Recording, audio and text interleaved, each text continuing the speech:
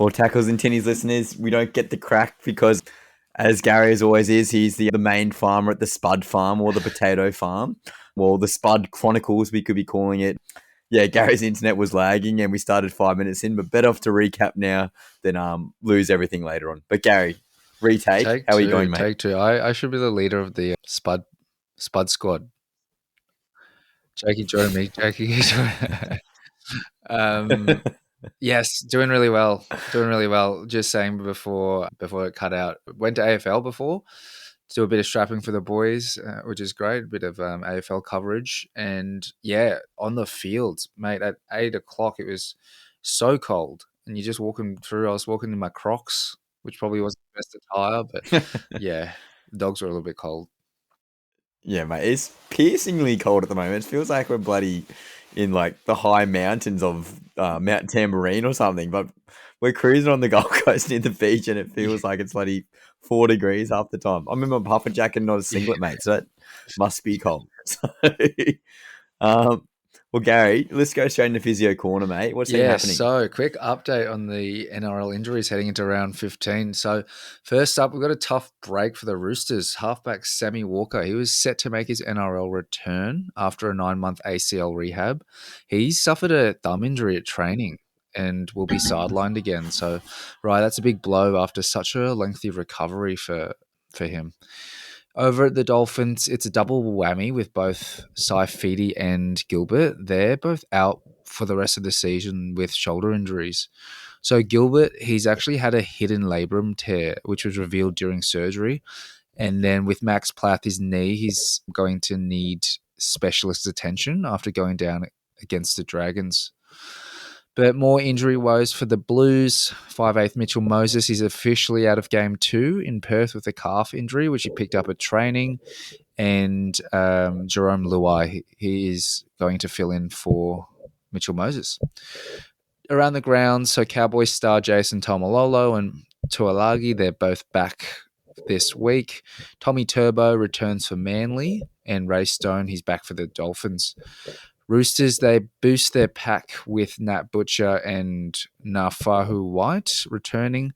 And then to the Titans, hooker Sam Verrills, he's pushing for an early return, which is great news after fracturing his hand a couple of weeks ago. And then to the Raiders, rookie Tamali, he's out for 10 to 12 weeks, so he's actually dislocated his kneecap. And Cody Walker, his groin injury, he sees him out for at least 2 weeks. Going to the Sharks, Kyle Iro, he made history last week this season actually with 9 straight tries. He's going to have a pec surgery. And then Warriors, they've lost Mitch Barnett, which we covered last week with the season-ending ACL tear. And then head knocks to Tyson Frizzell and Lehigh Hopewadi. That means they're both going to miss round 15 due to the concussion protocols. But right, that's an injury wrap for this week. Stay tuned, everyone, and we'll update as the teams prep for another big round of footy. Yeah, sweet. Well, Gary, I think, as you mentioned, the very first one, and it was exciting to see Sammy Walker back. Well, maybe not so much for my NRL Supercoach team that was in shambles at the hooker position. But yeah, Sammy Walker broke his thumb. So what I saw NRL Physio post today was potentially anywhere between 4 to 8 weeks, depending on the healing process. What are your thoughts on the broken thumb? Yeah, broken thumb, like pretty straightforward in terms of injuries, hey? Like, I know it sucks for him because, he's just come up ACL injury and he's probably rearing to go. But those things happen, like, even in the AFL a couple of weeks ago or even last game, a lot of dislocations, a lot of, like, when you're tackling, kind of just jamming your finger into probably places where you're not meant to. But yeah, pretty straightforward in terms of a recovery timeline. Generally, what the medical staff will do is just like either buddy tape it or like put it into a splint, and you just like kind of hold the thumb in position for a couple of weeks, and then it heals up quite well. Yeah, and like in terms of return to play, no real dramas in your eyes? No real dramas. Give it time, and then it will heal, and it should hold up pretty good. Yeah. Well, I think that's like Yeah, it's pretty concerning, obviously, for him. Just so raring to get back on the field. Obviously, had the successful return last week at New South Wales Cup, and then bang, another setback for him. So probably out to, let's say, round 20, really at the back end of the season. For a guy like Sammy Walker coming back, and let's say the Roosters are completely out of it, would you just not plan for the rest of the year, Gaz? Or Yeah, it's a tough one. Hey, I would probably, if I was the coach, I'd like ask him how he's feeling about it, because he would have missed, most of last season and then all of this season. Like, he'd be rearing to get back into it. So, that's probably a good conversation. I would probably play him if I was a coach. He's sat on the sideline for a while. He's rearing to go. I'm sure he's got much to prove. Family behind him, all his supporters behind him. I think it'd be good to go. yeah, well, that's fair call. And again, I'll be the same too. It would be essentially 10, maybe 10 and a half months post ACL surgery. So, yes, well and truly in that correct bracket, as you mentioned last week with Mitchy Barnett's 9-month return to play. So, yeah, that's really good insight, Gary. I think we get straight into news around the ground, mate. So, Karapani's double blow. So, this is Cobbo's spot in jeopardy. So, this is the Broncos winger. So, key quote here: "We're pushing standards here. Karapani's got his opportunity, and Selly's got to look at a few things in his game," Michael Maguire's quoted.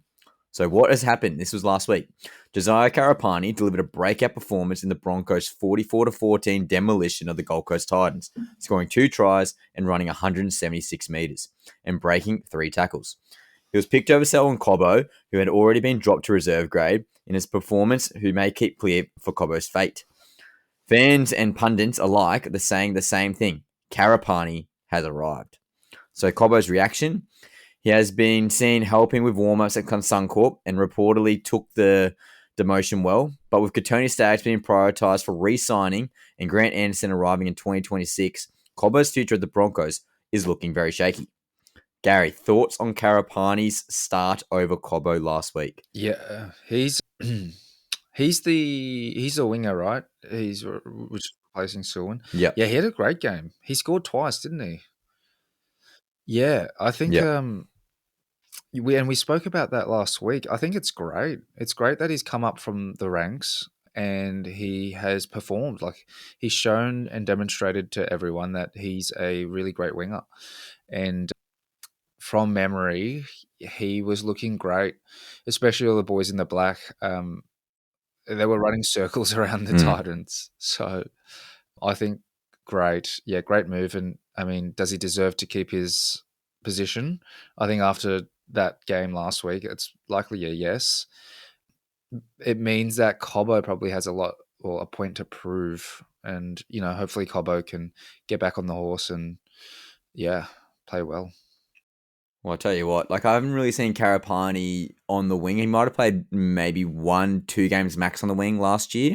I think he's only played 6 first grade games, but most of them has been at centre. And I was a bit concerned about him being on the wing. He's a pretty big body, but I didn't realise he was so mobile and athletic. I kind of love it. I love him on the wing. He's very, very, very good. Very good meter eater. Not saying Cobbo doesn't have a big work rate at all, don't get me wrong, but I loved Karapani's work off the back fence and the backfield, helping those forwards out. And again, as you just mentioned, Gary, it's putting pressure on Cobbo. And at the end of the day, it's only going to be healthy for positions and spots for the team, especially with Grant Anderson coming next year. Does Cobbo stay? I don't know. That's another question in its entirety. But I think Karapani, until proven otherwise, he holds his spot. And if that means Cobbo's out for the next month, so be it. Because I think obviously Jesse Arthurs has been a gun. Shibasaki's been an absolute revelation at the other centre. So I think that side is locked down. Katoni Staggs, he speaks for himself. So Cobbo really only has that one position on that left wing. So yeah, it'll be very, very, very interesting. Yeah, time will tell, as we say here. Another news report. So this is on the 9th of June. So Taylan May's NRL turn. So Tigers backflip opens the door. So here's a quick quote here. He's an incredible player. Some of that speed you can't teach. That's from Appy Coruscant on May's return. So what's the story? After initially pulling out of the race, the West Tigers have change of heart and signed Taylan May on a train and trial deal. May underwent a medical on Monday and will join the squad immediately, linking up with his brother, Terrell May, one of the Tigers' standout forwards in 2025. The deal puts him in the NRL's base salary, but he's eligible to play straight away once registered. So why this matters, May was previously in talks with South Sydney, and there were even overseas interests from Warrington. His return comes after a rocky period off the field, including some time stood down under the NRL's no-fault policy. In his NRL career, over 30 games, he scored 17 tries and has played 5 tests for Samoa. So, Gary, just to remind you, he's a former Panthers player, absolute gun. I remember last year in the World Club Challenge, it was just give Taylan the early ball and then let him cook. I think it's a great buy for the Tigers, really. And I think why Terrell is there as well. I think it's going to keep him a little bit more level-headed, as they just mentioned that piece there from news.com. He's had a bit of off-field issues and that no-fault stand-down policy the NRL has had. I think he's going to be absolutely gangbusters for them. What are your thoughts? Yeah, definitely, right. And as you mentioned before, that train and trial kind of scenario, that's a great thing for them. Terrell May as well being on the same team, keeping him level-headed. As long as he can put in, like, I hope he puts in the effort and then show up at games, because then, yeah, that way, he's able to put in the big meters and then work hard. Yeah, I don't mind that. That's great. I'm really looking forward to seeing how he goes, Taylan May. Yeah, it's certainly, and sort of like the Brisbane situation at the moment, there's just going to be spots, not necessarily up for grabs, but everyone's going to be having to pull their weight now. It's not pretty much you're guaranteed to walk in. Adam Dewey's currently at left centre, which is Thailand's preferred spot.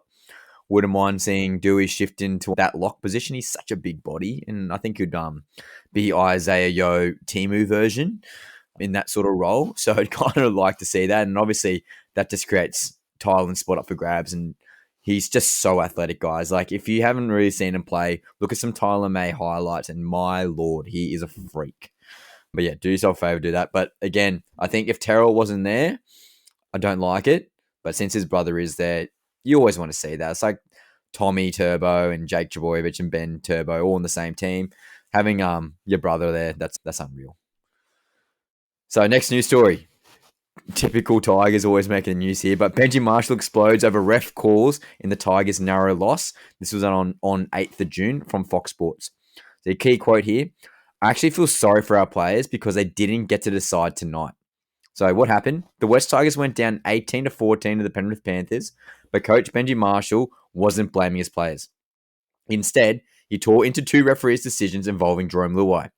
The first one was a late tackle penalty on Luai when his scores were locked at 10-10, which gave the Penrith Panthers a 12-10 lead.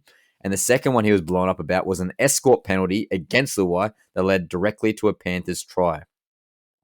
Benji Marshall's take on this whole situation, he quoted saying, I thought it was one of our best performances of the year, and I honestly thought we were the better side tonight. But 2 calls changed the game. Just let them decide. Let them play. Gary, we hate ripping on refs because without refs, we don't have a game. But what's your thoughts on this current situation? Yeah, I watched this game because it was the one to watch. This was the Sunday afternoon game. Hey. Yeah, that penalty. Oh, I'm trying to remember. I remember it was contentious. I remember being like, oof, like, should that have been a penalty? Because at 10 apiece, it's a big call.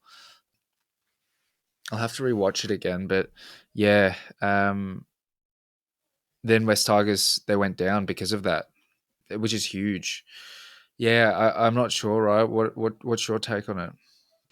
Well, again, we hate blaming refs, mate, and that's half the issue. But I know we don't play rugby league, Gary, but we play a poor man's version at a social competition. We've been in many scenarios where we thought we've had the poor rub of the green, and it's cost us some games. More recently, that grand final last season when they did that stupid little grubber kick try and they can't kick it out at someone's hands, which they did illegally, and they called the try and we lost the grand final with like 10 seconds to go.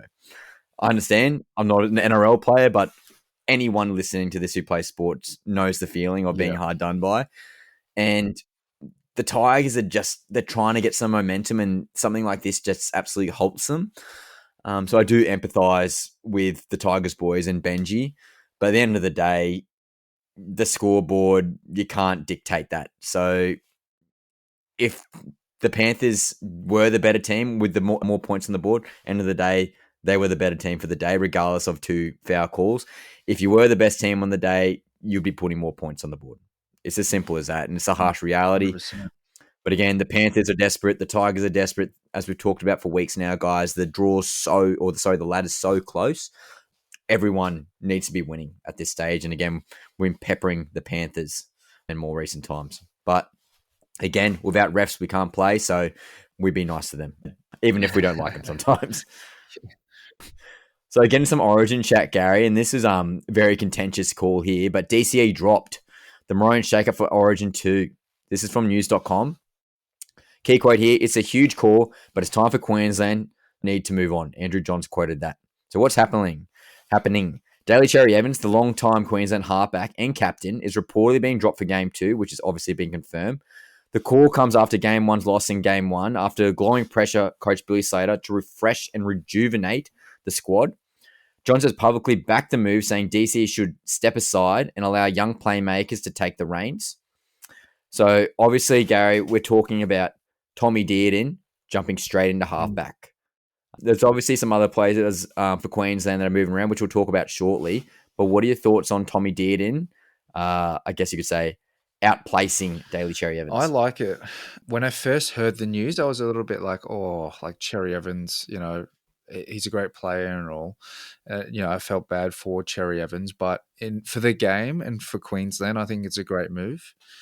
I feel like Tommy Dearden, he's got that like pizzazz. Like he's got a good kicking game, and he's a good runner too. Fast, agile, and can get those big like moments going. So I think it's a great thing for Queensland. I'm sure we'll talk about it later on, but on paper, New South Wales do look really good, with the forward pack and the changes that they've made. As a Queenslander, I am a little bit concerned heading into Game 2, and I think a lot of Queenslanders are. But I have faith. I have faith in the boys. Have faith. Yeah. So you mentioned kicking game. I think Tommy Dearden has a good mid to short range kicking game. The only thing I'm concerned about is our long kicking game. So Cherry Evans, I remember I think it was maybe 2 years ago when we won the last it was that Game 3 we won. Cherry Evans probably for the last 20 minutes, it was tackle 3, and he would kick it on the 30-meter line and kick it all the way to their 10-meter line on third tackle. We did that for 15 minutes straight just to literally choke them out of field position. I don't see any of our boys being able to do that on a consistent basis. Obviously, Cherry Evans, everyone has had a go at him regarding his lackluster performance in Game 1. And obviously he's been a little bit out of form for club football as well. But if your forwards aren't going forward, as we mentioned last week, you're going to have a really hard time getting that good kicking game going and having that time. But yeah, I think Tommy Dearden with that, as you mentioned, Gary, he's got a great running game.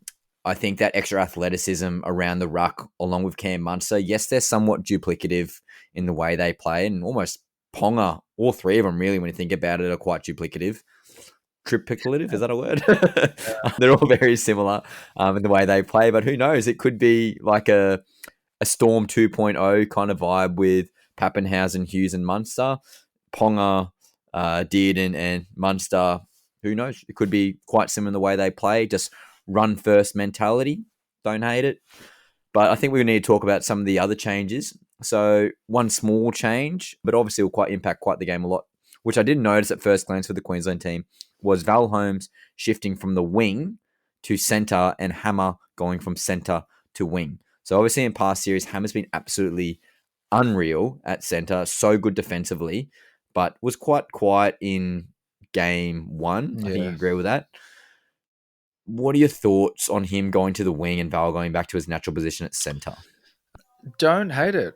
It might be a pretty good move. I think if the backs can get some movement forward, especially if they make a line break, traditionally or in previous years, Hammer's always either made the line break or been there in support next to whoever made the line break. And when they get that happening, they pretty much score every time. Like line break, they run through, easy 2-on-1 type of thing, especially with, Hammer and Val. They've got so much pace that they could make something happen. Yeah. And I'm just trying to like think about game one. I love the idea of Val Holmes' footwork at the line and doing a 2-on-1 jink, as you literally just mentioned. And if you get a 2-on-1 with Hammer, gone. See you later. I don't care who you are. Like, he's just absolutely unbelievable in space.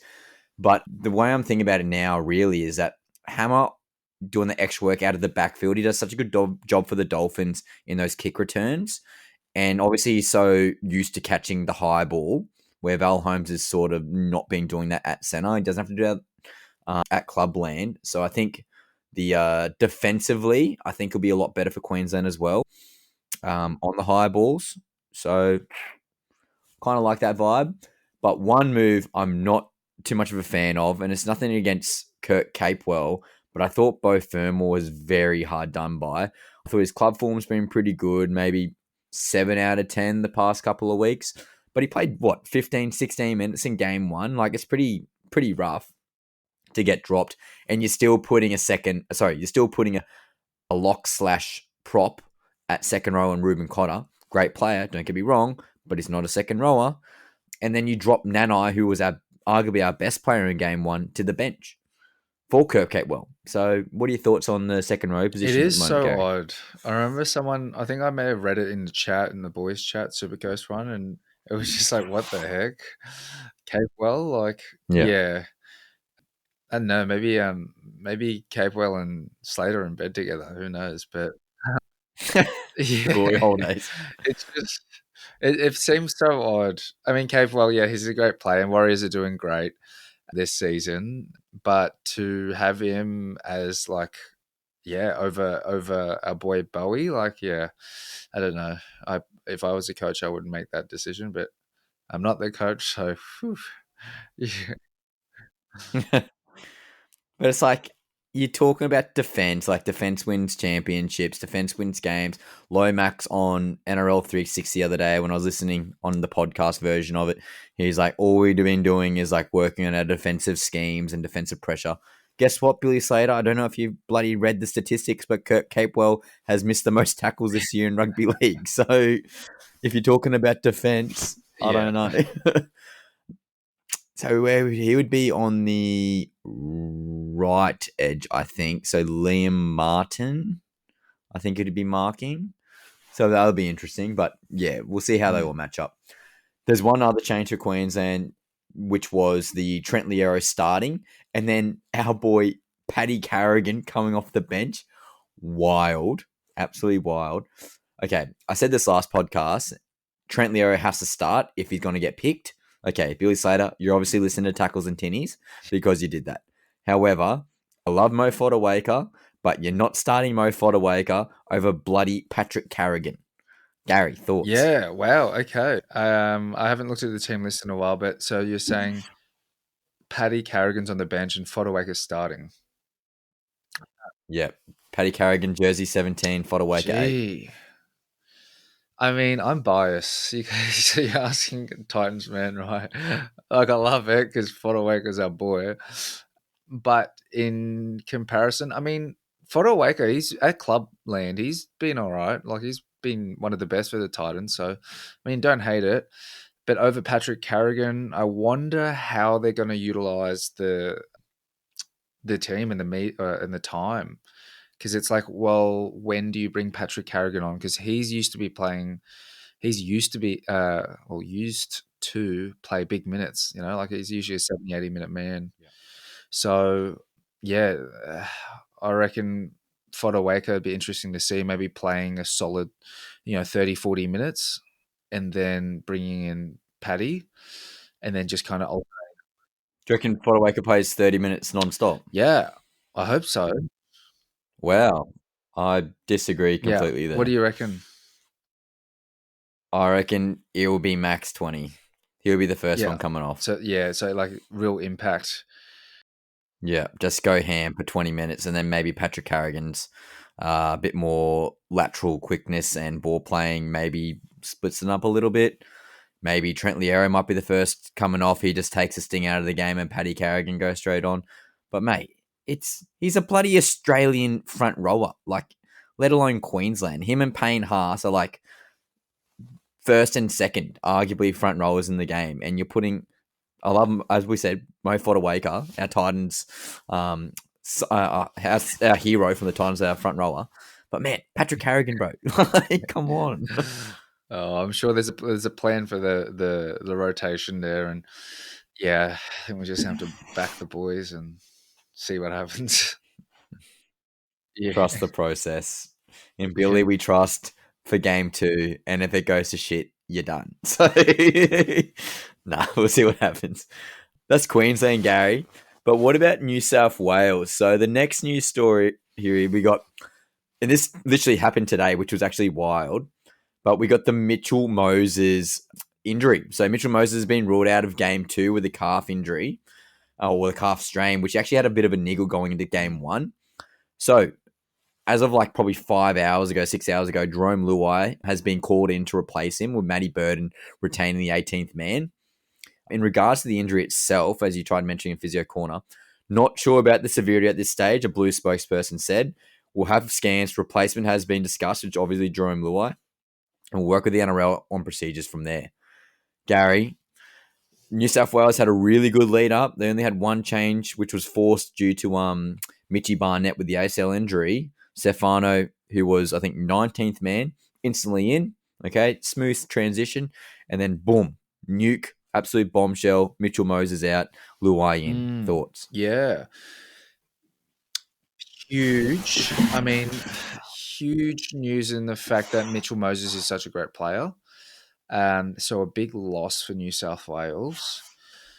Luai, he's been playing pretty good in the last couple of weeks for the Tigers. So coming back for New South Wales, I think if they spend time together, they're not going to be too bad because him and Cleary, they've got a good combination going, so they can kind of rekindle that pretty quickly. As a Queenslander, I hope they don't, but yeah, Luai, he's also another player that's like got the dog in him. Like he'll play Yeah, and do 100%. really well. And I think you've mentioned in previous podcasts, like all the boys that get around him. And he brings a bit of energy to the team. So yeah, only a great thing for New South Wales. So yeah. Yeah, I 100% agree, mate. Like, arguably, Moses didn't have the best game 1. And again, he's used to being the first fiddle. And it's kind of hard, obviously, being that primary playmaker, and then you got to be second receiver. But Luai and Cleary, proven past 5 years, 4 championships in 5 years, 5 grand finals in a row. They're a proven commodity. And Gary, if you reflect from last year when the series was tied, and the game was pretty much at its becking point here, it was like 55 minutes into the game, and then all of a sudden, Luai skips on the outside, gets that breakaway through past Gagai, passes to Bradman Best. Bradman Best gets past Gagai again, and they score in the corner. And that was because of Jerome Luai. So he's proven in the big stages, not only at Clubland winning championships, but for New South Wales. If anything, Gary, I'm more scared than I was before. I thought I've forgotten that moment, but I've just had flashbacks of Luai doing that. Yeah, he's a next level player, and like on his day or on his night, yeah, he could make magic happen. So it was just unfortunate for Queensland, but yeah. Yeah. And what are your thoughts on Stefano Ukomanu replacing Mitch Barnett? There's obviously Keon Kulamatangi. He's been absolutely popping off since going to the front row for the Rabbitohs. Ola Kawatu has been in fantastic form as well. What are your thoughts on Stefano just going straight in from being there in game 1 as 19th man instead of arguably 2 guys in better form in Ola Kawatu and Keon? Yeah. What's Olakawatu? Are they starting? Or are they also... Ola Kawatu. Sorry, what do you mean? So where's he playing? Yeah. Stefano. He's a front rower coming off the bench. So Max King, who was there game one, he's gone from the bench to the start, and Stefano's doing that first prop off the bench type of Yeah. vibe. I don't think I can really comment on his game. I haven't really been following him very closely. What Yeah, so absolute gun from Melbourne Storm, mate. So he was at the Tigers, and then pretty much got that. He wanted to leave. He didn't Yeah. want to be there. Then he's gone to the Melbourne Storm, absolutely killing it for Melbourne. I think he's got one of the best tackle efficiencies in Nice. the game. But man, Keon Kulumatangi, he's been absolutely popping off. Like Morgan loves him as a Rabbitoh supporter, but I hated him on an edge, and now he's gone back into the middle. And for Supercoach, bro, the past 3 games he's getting like Oh, yeah. 105 points per Yeah, game on yeah. Supercoach Been as a front killing it. rower. So if that's not saying anything, like that's what it is. But again, I think it's just if Stefano wasn't there as 19th man, like in the extended squad for game 1, I don't think he would have been there for game 2, Okay. Yeah. personally. Yeah. You don't reckon he's going to do too well at I think because, Origin like, level? You don't think he'll sorry? do too well at? Oh, no, don't get me wrong. He's obviously there Mm. for a reason. I just think in terms of like Yeah. impact and like best player potentially being there and the versatility that Keon provides, he's more in form. But in regards to smooth transition, already being around the boys, already starting to build those connections, will obviously play his role playing 40 minutes in the middle as a out and out front rower. Craig Bellamy is obviously one of the assistant coaches for New South Wales, so he knows Stefano very, very well. I think a lot of boxes are just tick, tick, tick. Too easy transition to come into camp. Where Keon hasn't been there from game 1. Yes, potentially higher upside, but more boxes to tick with more Yeah. unknowns. Yeah. If that makes Yeah. sense. Gotcha there. Yeah. Yeah. So last one, Gary. So that's Queensland, New South Wales. That's Origin wrap up done. So holy moly, what is that? 6 days time, game 2. Oh, Let's go. But it wouldn't be tackles and tinnies without us talking about Lockie Galvin. bet. So Lockie Galvin's dream debut for the Bulldogs. This was on the 9th of June. So here's a key quote here. Galvin scores in dream debut for wins as the Dogs surge away from the Simbin drama from Fox Sports commentary. So what happened? Lockie Galvin, 19-year-old prodigy, made his NRL debut off the bench for the Canterbury Bulldogs in their King's birthday clash against the Parramatta Eels on that Monday night game. Galvin had only just signed with the Bulldogs after a tug-of-war with the Eels, the very team he faced in his debut. He didn't just show up, he scored a try. Helped swing the momentum after a sin bin setback off kick-out and played in the poise of a seasoned pro. So why does this matter? The Bulldogs are building something serious under Cameron Ciraldo, and Galvin's arrival adds even more spark to a young, hungry squad. The match drew over 65,000 fans at a core stadium, nearly breaking the NRL's regular season crowd again for the second time this year. Now, Gary, a few things to dissect here. Lockie Galvin, where do you see him playing by round 20? Bench, 6, 7. Oh, it's a tough one. Hey, by round 20, I reckon the Bulldogs are like if it ain't broke type of scenario. Like the Bulldogs are doing so well at the moment. I know with Toby Sexton, but he's leaving. They'll probably want to slot him in a little bit later I reckon a little bit later in the season. And so most likely playing bench for the rest of the season. Yeah, like the Bulldogs are doing great already. So yeah, if it ain't broke type of scenario. What are your thoughts? Well, I think I'm disagreeing here, mate. I think they've gone nuclear. Why would they sign Galvin if it ain't broke, don't fix it type of mentality? Like, you don't sign him halfway through the season if that's your mentality. And by the sounds of it, probably Toby Sexton and potentially Reid Marnie are both getting squeezed out of the club. I think that it's going all in. Obviously, Galvin has got a lot of talent. In a perfect world, maybe Burden or Galvin could play 13, potentially. And then you obviously get to keep Sexton there. Can Galvin be a 7? I don't know. Unproven. He's played a lot of 5'8", obviously. But you've got to be a really good game organizer or at least have a lot of first grade experience. Like Jerome Hughes, for example, was a fullback and then transitioned into the halves. but obviously he got reps in. Burden, we've seen him play halfback before. Don't like it. He's not a halfback. He's a 5'8" or a centre. Obviously, won centre of the year, but potentially could play lock, big enough body. Yeah, don't know. Yeah, Sexton's pretty hard done by, but when he went on the field, Galvin, Sexton actually moved to hooker, which means Reid Marnie could be in trouble in terms of his job security. A lot of moving pieces, and again, kind of contradicts what your take was because guys aren't sure where they're going to be playing. Sexton didn't know he was actually going to be playing hooker. He actually quoted that the other day. So, what do you think about that? Wow, that's huge. Hey, yeah, because then there's players that are playing in positions that they're not specialty positions. So, yeah, well, that changes things. A bit of a shake-up for the Bulldogs then. So probably a lot of different positions, and then people going into other positions. Yeah, it'll be interesting to see how that pans out.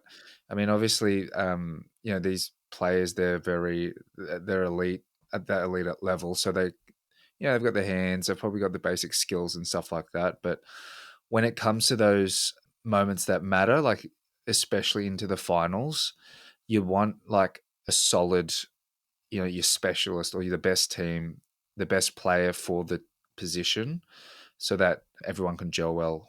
Yeah, interesting. You pretty much have 8 matches till Yeah. semis.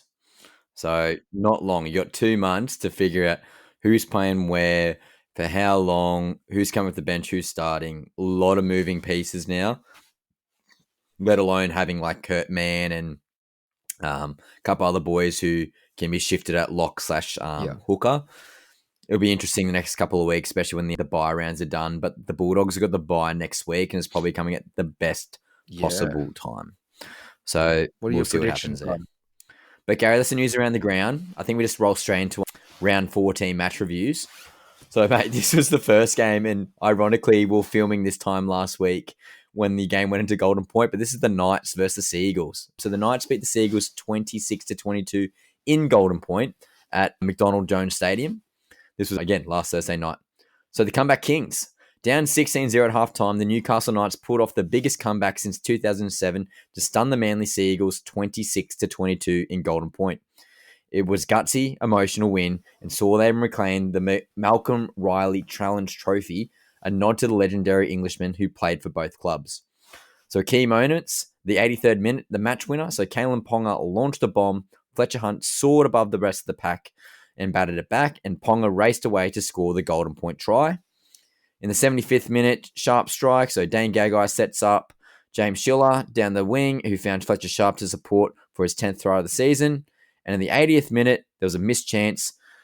Luke Brooks had a crack from 40-metre field goal, but missed, sending the game into extra time. So some stat leaders here from the Knights. Dane Gagai absolutely killed it. He had 19 runs for 192 metres with 10 tackle busts. Greggy Marju, his first game back from an injury, he got 268 metres. Absolute gun. He's a season keeper for Supercoach. You haven't got him in there. And the Seagulls, you had Homoli Olakawatu. He had 201 metres with 9 tackle breaks. And Tolu Kola, he actually went on for Leah Hopewadi, who had that concussion. He went back to fullback, and he had 24 runs for 292 metres. Holy moly, what a gun. Gary, thoughts on this game? Yeah, I think we were filming the podcast last week when this was playing, so we all saw that last Kalen Ponga try, which was amazing. This standout, yeah, what you were saying, Kola, holy dooly at fullback, 292 metres. That's like Keanu Kinney almost-esque. But I was one of those unfortunate people that had Hopewadi, and so I took the 3 points and took the L. And I actually traded in Kola this week. Interesting. Yeah, I'm Nice. hoping, and this was before I checked the team list, but I'm hoping he's playing. Tommy Turbo fullback, mate. Back to Kola back to center. center. Oh dang. Reverse Yeah. trade. But yeah, no, it was a good game, and the Knights are like pulling off a bit of an upset, which is great for the Knights. Yeah. And it's good to see Ponga get a win. Maybe that translate to the Queensland game, mate, hopefully. Next game, guys, we got the Storm 38 versus the Cowboys 14 at Amy Park. This was on the Friday night. So Hughes hits Dally M form. Jerome Hughes was the star of the night, scoring 2 tries, setting up 2 more and kicking 386 meters. Craig Bellamy was full praise, quoting, "I think that was probably the best game of the year, to be quite honest. He's been real brave for us. He just looked like he was back to his old self tonight." Bellamy also revealed Hughes has been battling through injuries. They've been worn him down a little bit mentally, not being able to do the things he's used to be doing or capable of doing. There's also a Munster milestone. So Cameron Munster and Jerome Hughes played their 100th game together in the halves, and it definitely showed. Munster ran for 181 metres and was a constant threat on the ball. Big Nelson Sofa-Solana brought the heat. So Nas set the tone early with a fiery 44-minute stint. He clashed with Viliami Vailea with a chicken wing tackle, and he launched the ball at Valemi's head and demanding the referee's action. Vailea was placed on report for that, but again, that nasty chicken wing, we never want to see that. But Gary, from a Supercoach point of view, I have a lot of Storm players, and my God, when Jerome Hughes was popping off, I was yahooing from the sideline. Yeah, What you'd are have your been thoughts? cheering because you were saying that you got in Jerome that week. What great Yeah. timing. Yeah, the Storm were very dominant that game. I think we both tipped them. And yeah, Cameron Munster, Jerome Hughes, they have found their form, found their feet. Great kicking game from Jerome, as well as the tries and the run meters. Yeah, been great. They're at their peak. They're at their best, the Storm. Hopefully they can go all the way. And it was quite evident, obviously, the past couple of weeks with Jerome Hughes' injury. He had that almost like a sublux to his shoulder, if I recall, many, many weeks ago.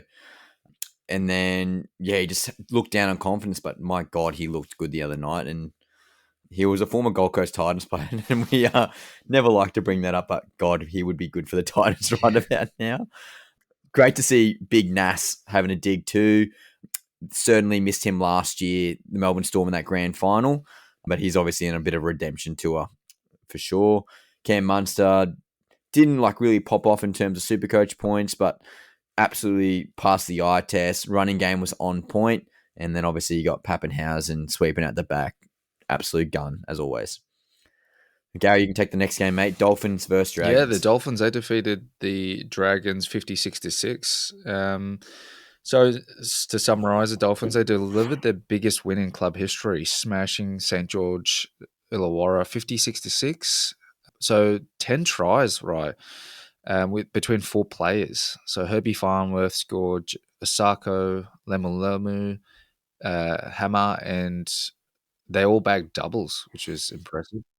That's crazy. Some key moments. Katoa, I think we spoke on chat, but Katoa, he was masterful. He was pulling strings, had a 40-20 kick as well, and multiple try assists. So, yeah, amazing. I wish he played for the Queensland. The Dolphins, they hit the 50-point mark in the 59th minute, with Asako finishing with 24 points. And from memory, Asako killed it in Supercoach. Dragons, they lost Christian Tupelotu early, so forcing a backline reshuffle, which they never really recovered from. But yeah, what do you reckon, Ryan? The Dolphins now, after last week, do you reckon top 8? Well, mate, I reckon fins up, baby. Fins up, fins up. They were good, man. They were really, really good. They were quite dominating. But it's always going to be hard. Like, if a winger goes down in a team, it's so hard to cover that. Like, you got the center shifting out to the wing normally, and then Cookie ended up shifting to the centers. But tell you what, the Dolphins just absolutely peppered them. Yeah. Couple of pretty soft tries, not going to lie, but the Dragons are looking pretty good tonight. Looking at the score, 22-18 at the moment. So obviously a lot better than last week. But man, we talk about Physio Corner, or better known as Hamstring Corner, but Tuipulotu getting injured, coming back after like 7 weeks on the sideline, and then doing his other hamstring, which is like a 2-week strain. Yeah, that's disappointing, obviously, to hear. But mate, fins up. What's all I can say? Fins up. Isaiah Katoa, as you just said, Gaz. I wish he was a Queenslander. I wish he was a Queenslander. He's that good, eh? He's so good. So sick. And Hammer getting a bit of form, which is great. Asako, He looked really, really good. He got like 130 points on Supercoach. He's been traded in for me this week. As Adam likes to say on the fantasy files, Herbie Farmworth, the king of drunk. He got a late try, like on the 79th minute, gets another 17 points of Supercoach. Yeah, the boys were good. Can they back it up this week? Time will tell. Next game, we got the Warriors versus Sharkies. So Warriors won 40-10 at PointsBet Stadium on the Saturday night. So the Warriors ran right. So the New Zealand Warriors delivered a ruthless 40-10 demolition of the Cronulla Sharks, notching their fifth straight win in Australia and moving level with the Bulldogs at the top of the ladder. James Fisher-Harris was immense, scoring early in the second half and leading from the front in the absence of co-captain Mitchy Barnett. Dimitri Valmunga and Leki Halamasima added to the onslaught with Chanel Harris-Davida bagging a late double. So from the coaches, Warriors coach Andrew Webster praised Fisher-Harris's leadership. He quoted saying, "Since Fish has walked in the doors, his actions is what says to the group. They listen, they place him in charge." Coach from the Cronulla Sharks, Craig Fitzgibbon, admitted his side was out-muscled, and he quoted saying, "They got us from the jump, and we were outmatched physically." Ero's record and injury, as we mentioned, Gary in Physio Corner, KL Ero had made history, become the first player in NRL era to score in his first 9 games of the season, but has not ended early with a pec tear. Now, Gary, up the Wars or up the Sharks? Thoughts? Ooh. I tipped the Sharks last week, but the Wars were so good. Like, yeah, I'm on the Wars train now. Because I just love saying up the Wars. But yeah, they're playing so good. So good. They've found some form, and unlike previous seasons, they've continued this form.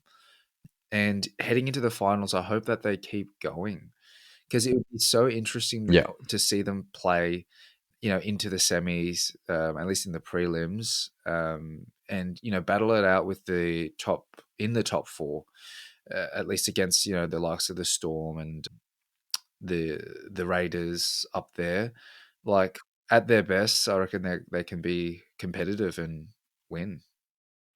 Mate, I think the biggest thing is, like, as the quote said from Fox Sports from Fisher Harris, that leadership. Dimitri Vaimunga, holy moly, he is looking so good. Like, he's an absolute gun. Can't see, like, in 3 years' time, mate, he's going to be a prodigy, like, better than a prodigy. And then we've already talked in lengths about Leki Halamasima. He's had his opportunity to start now. Those two boys, as well as a guy called Jacob Lehman, that's 3 young fellas signing long-term for the Warriors. Perfect replacements for Mitchy Barnett coming through. Those boys are going to get a lot more run now. Yeah, Warriors looking great, mate. And Lucky Metcalf and Harris Davida in the halves, really good runners of the ball, super young, athletic players. We talked in lengths about CNK or Chance last week about his meterage at the back at fullback. Tuivasa-Sheck doing those tries on the wing.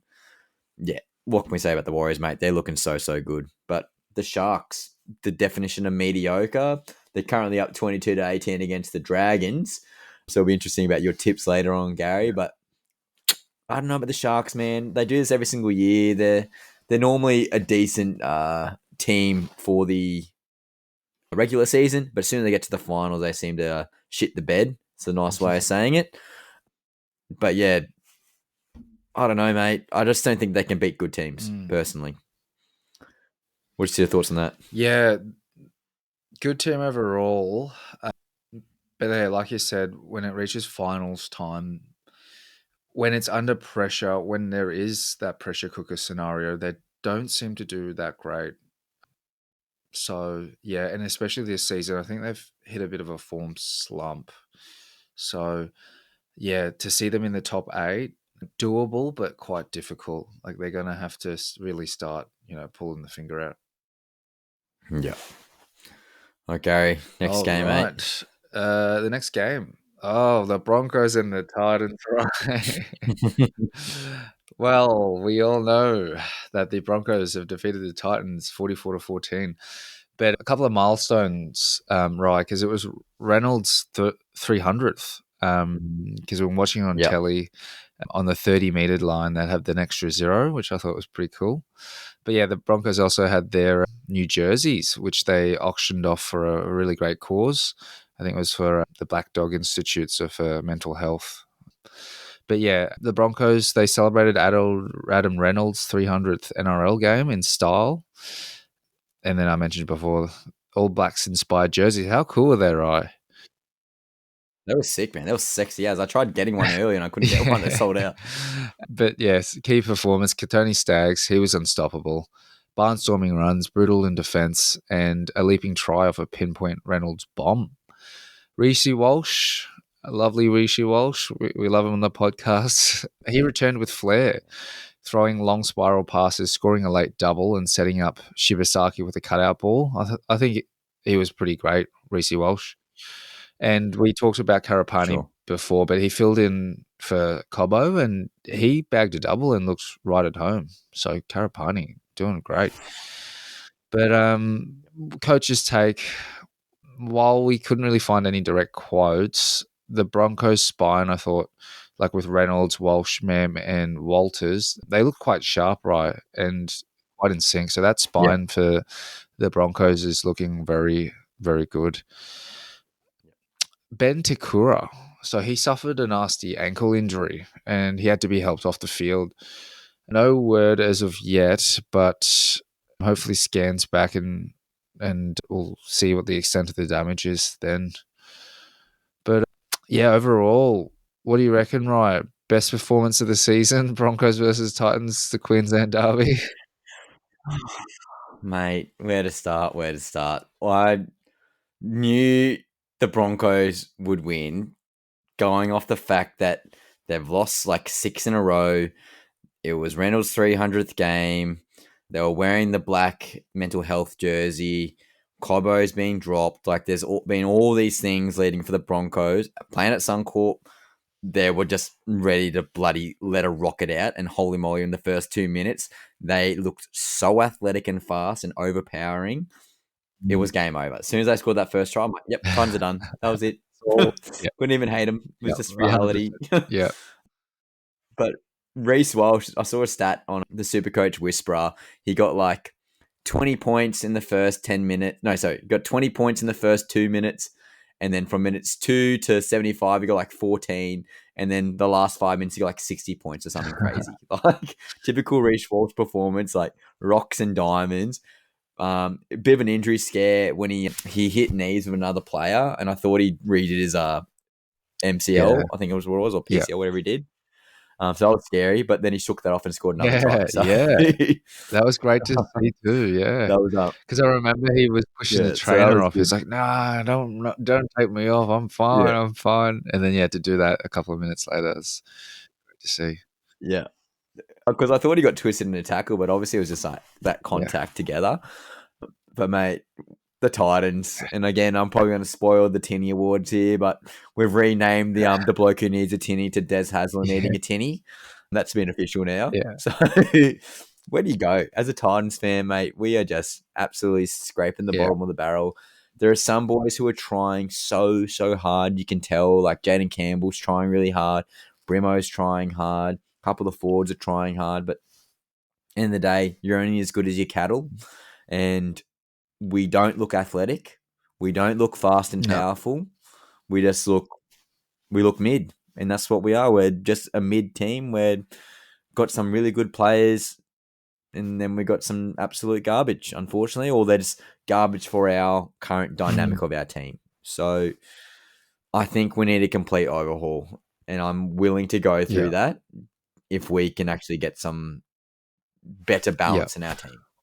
Thoughts? Well, I was going to ask you, like, leading into the end of this season, there's going to be pressure from the community, like the Titans community, the Gold Coast.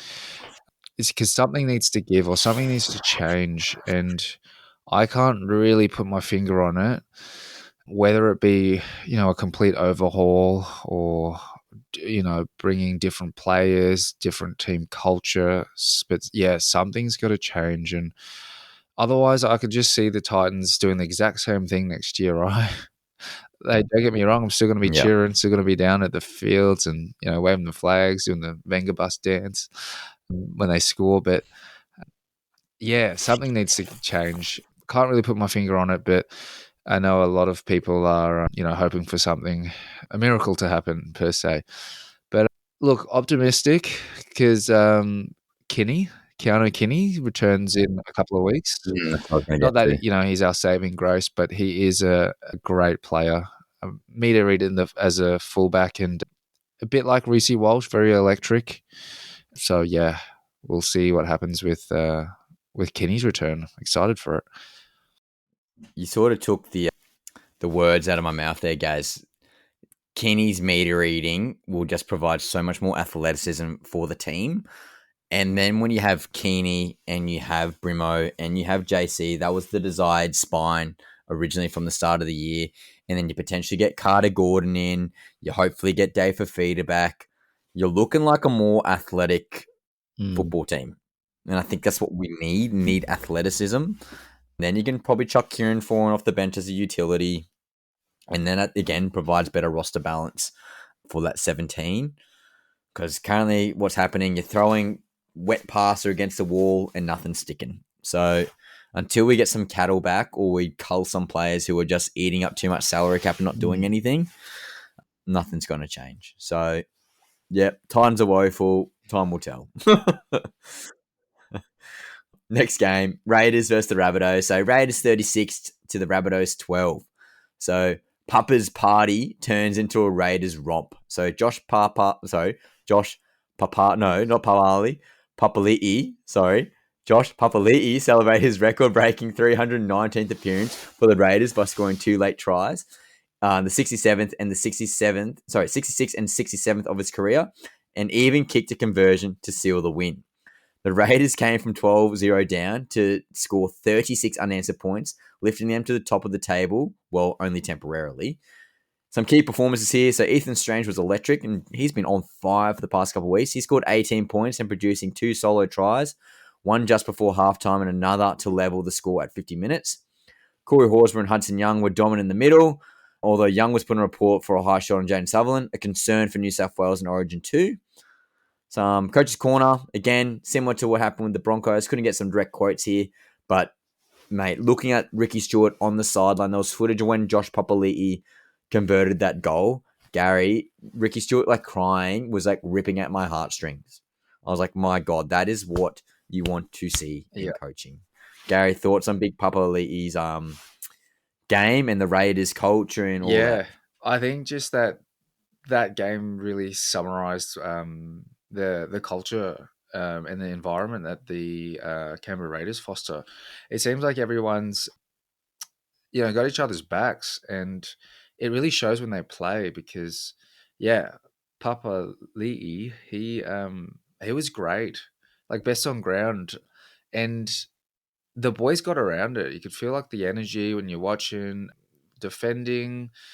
Everyone's just pulling their weight and they're gelling really well, the Raiders. And it really shows because they're top of the ladder.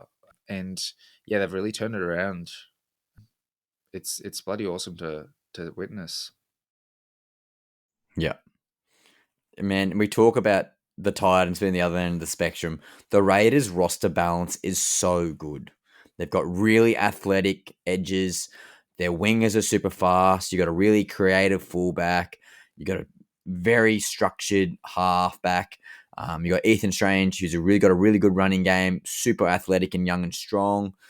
Obviously, their front rowers speak for themselves. The balance throughout the team is so good, and that's why they're coming second at the moment. So unreal from the Raiders, and compliments to Ricky Stewart and the coaching staff down there. The culture that they're building and have had for many years now, and again, that's probably a big thing from Josh Papali'i. It's great to see. And again, him crying on the sideline is he knows when the big games are coming. And I think Adam mentioned on the Fantasy Files a couple of weeks ago, but when Jared Croker was going for his record, he could have done it the next week after playing, but Ricky Stewart rested him 1 week so he could be at home in front of the Raiders crowd. Simple things like that as a coach, that's unreal. Love to see that. That's great. So, next game, Penrith Panthers versus the Tigers. We won't go too much on this one, Gary, because we sort of talked about it already. But the Penrith Panthers held off the West Tigers triumphant comeback, so 18-14 in a must-win match for those Penrith Panthers.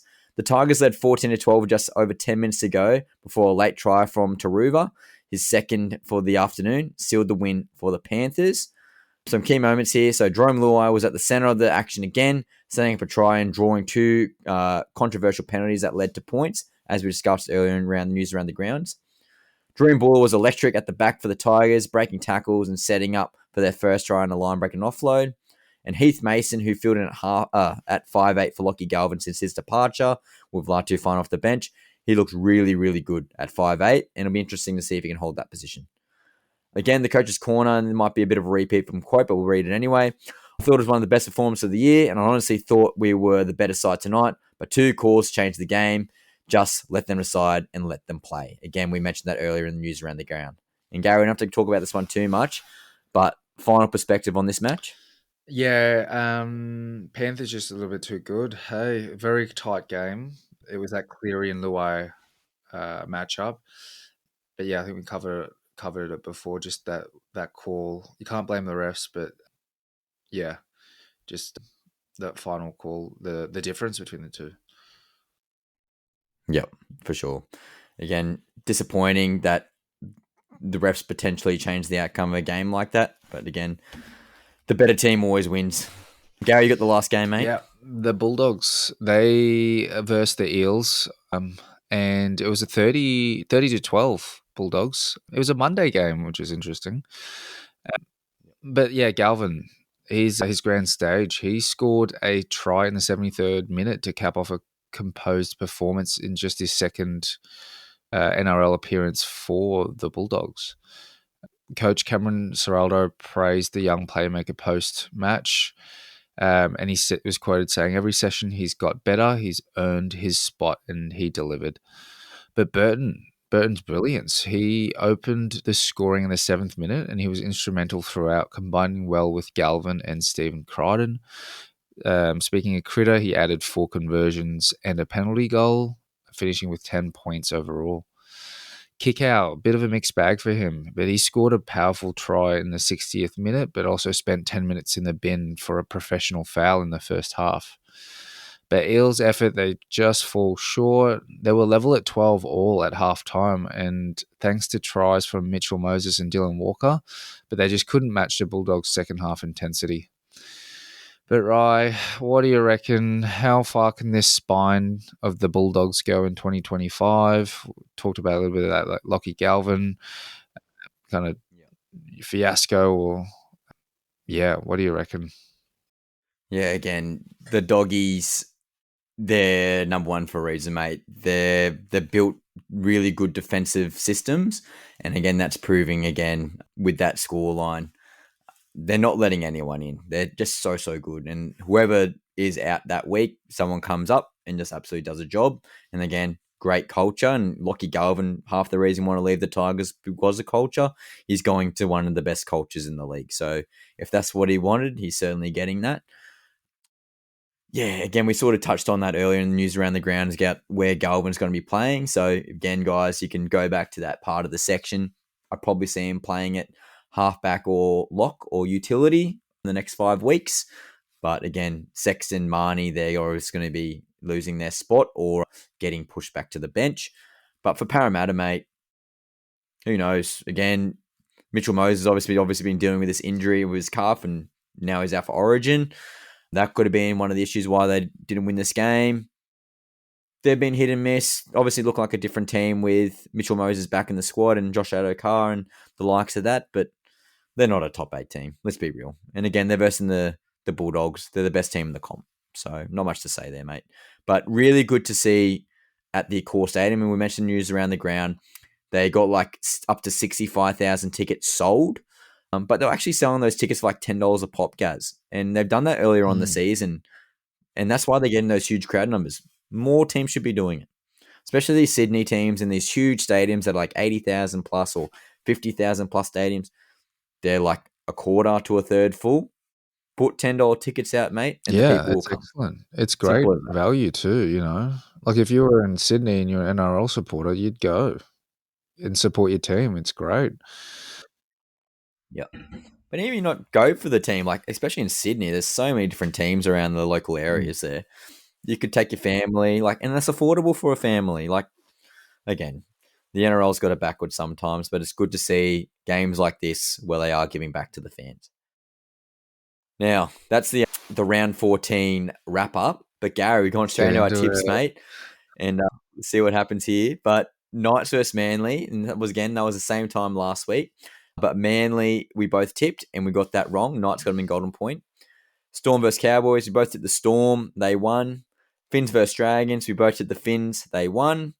Sharkies versus the Wars. So I tipped the Wars, and you tipped the Sharks. So I got one on you there. No. I went back from my original strategy of the reverse tipping of the Broncos Titans. So I should have tipped the Broncos. But me and you, Gary, we're loyal Titans supporters. We tipped the Titans. They lost. Raiders versus Rabbitohs. We both tipped the Raiders. Tigers, Panthers. Both tipped the Panthers. And Dogs, Eels. Both tipped the Dogs. Bold predictions. I said Cleary was going to score 100 plus on Supercoach. He did not do that. I instantly got this one when we were recording last week. So one game to go into golden point. So I got one bonus point there. And the other one I said was Money Man Tuapolotu to do his cash money try celebration. But obviously had that hamstring injury, so didn't get that one. Gary, you said Big Tino to get 100 points in Supercoach. You did not get that. You said the Wingers of Storm plays a score and Storm to win 12 plus. You didn't get that one. And the Rabbitohs with AJ scoring 2 tries. You didn't get that one. So, Gary, for round 14, you got 5 points. I got 7 points, which means overall for the season, I'm on 57. I'm sorry, you're on 57 and I'm on 62. That gap is widening ever so slightly, Gary. Thoughts? You can have 57, right? I'll take 62.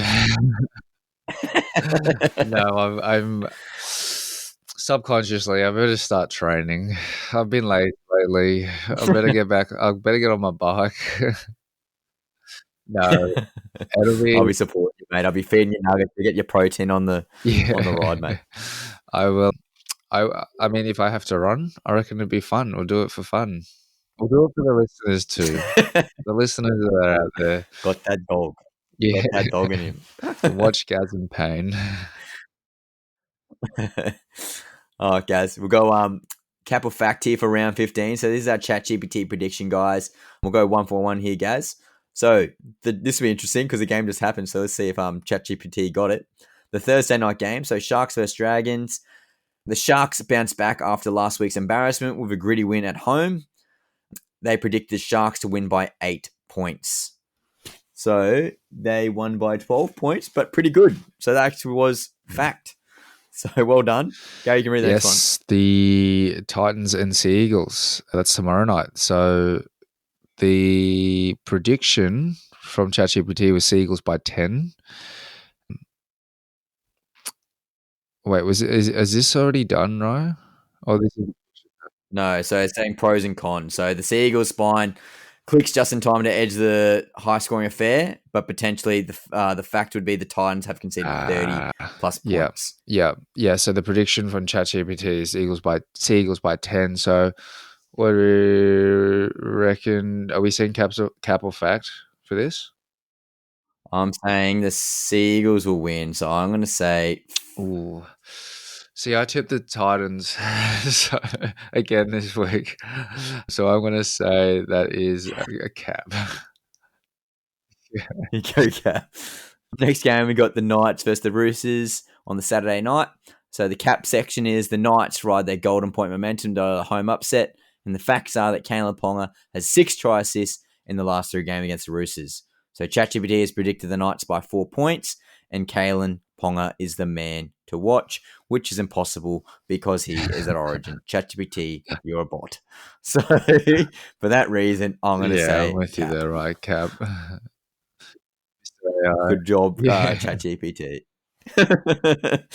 But yeah, I think Bruce is going to be too clinical, mate. They're obviously losing a couple of their boys, but I think the biggest thing for the Knights here is that Fletcher Sharp, who is their 5'8" when Ponga's there, but goes to fullback. He's a game time decision tomorrow. He's going to do their captain's run. He's got some sort of inventory that hasn't been disclosed yet, so that'll be very interesting. The Cowboys versus Dolphins on Saturday. So the cap is the Dolphins forward pack. They dominate late to steal it in Townsville. Fact, the Cowboys have lost 4 of their last 5 at home. So the prediction from ChatGPT is Dolphins by 6. I'm going to say facts. I agree with ChatGPT here. Right? What about you? Yeah, I'm 100% on board with that one, mate. I think fins up, baby. And I've got Herbie Farnworth and Osako in my team this week for Super Coach, so I definitely need the Cheer them Dolphins to on. pop off. And again, since this is the second major bye round, reduced schedule. So the last game of the round is the Rabbitohs versus the Bulldogs at a core stadium. The cap section is the Bulldogs continue their surge with another statement win, and the facts are the Rabbitohs conceded 30 plus 7 points of the last 8 games. The prediction is Bulldogs by 14 points, and players to watch is Lockie Galvin. I'm going to say fact. Bulldogs will certainly beat the Rabbitohs. Yeah, I'm saying the same thing, and that's because Rabbitohs they're missing a couple of marquee players with Big Latrell. Yep. So yeah, big loss. Easy decision. So Gary, I've got my tips here, but I'll fill yours in as we're going. Sharks Dragons. Would you have tipped? Obviously, we know the I went result. Sharks for that one. Yep. Up Titans the Manly. to-dos. Always Titans. Tips braver than me. Knights versus Roosters. Roosters for that one. Too good for the Knights. And Finns Cowboys. You're saying yeah. Finns. And Dogs versus Rabbits. Yeah. Dogs. Cool. All right, guys. If you haven't got your bold predictions, start thinking. But I'll read Yeah. out mine quick. So my 3 bold predictions are Tommy Turbo's making a return at fullback. So he's going to score 100 plus points on Supercoach against the Gold Coast Titans. I got 1 player in the entire round to score a hat trick, and I got no player to hurt their hamstring this week. That's a good one. I like that. Thinking. I'm going to go. I like these like real far left field odd ones, but Titans Manly just to spruce it up a bit when we're watching the game. I'm gonna go. Yep.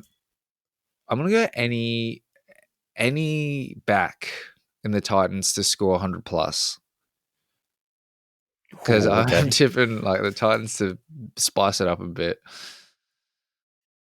Hopefully Brian Kelly's listening and he's gonna, pull a finger out and do a couple of tries and run meters and just kill it. Please, Brian Kelly, please. Second one, I'm going to go to the Cowboys-Dolphins game. I think that's going to be a really close one. I'm going to go exact scoreline for that one. Let's go Dolphins up to win by exactly 4. Fingers crossed. Sweet. And then lastly, let's go to the last game of the round, Rabbits versus Dogs. I'm going to say Doggies. I'm going to say any forward from the Dogs to score a double. 2 tries. Yeah, well, Jacob Preston's back this week, mate, and he's a pretty dynamic edge forward. So, tell you what, that's probably not a good little smoky tip there. Nice. Well, that's our bold predictions and tips for round 15. And we're in our final segment, Gazzy. We're on the Tinnie Awards for round 14. So the Hit Stick Award goes to Big Nas from the Melbourne Storm. So Big Nelson set the tone early, as we mentioned earlier, against the Cowboys. For a brutal opening stint and a fire response to a chicken wing tackle on Vayamli Vailea.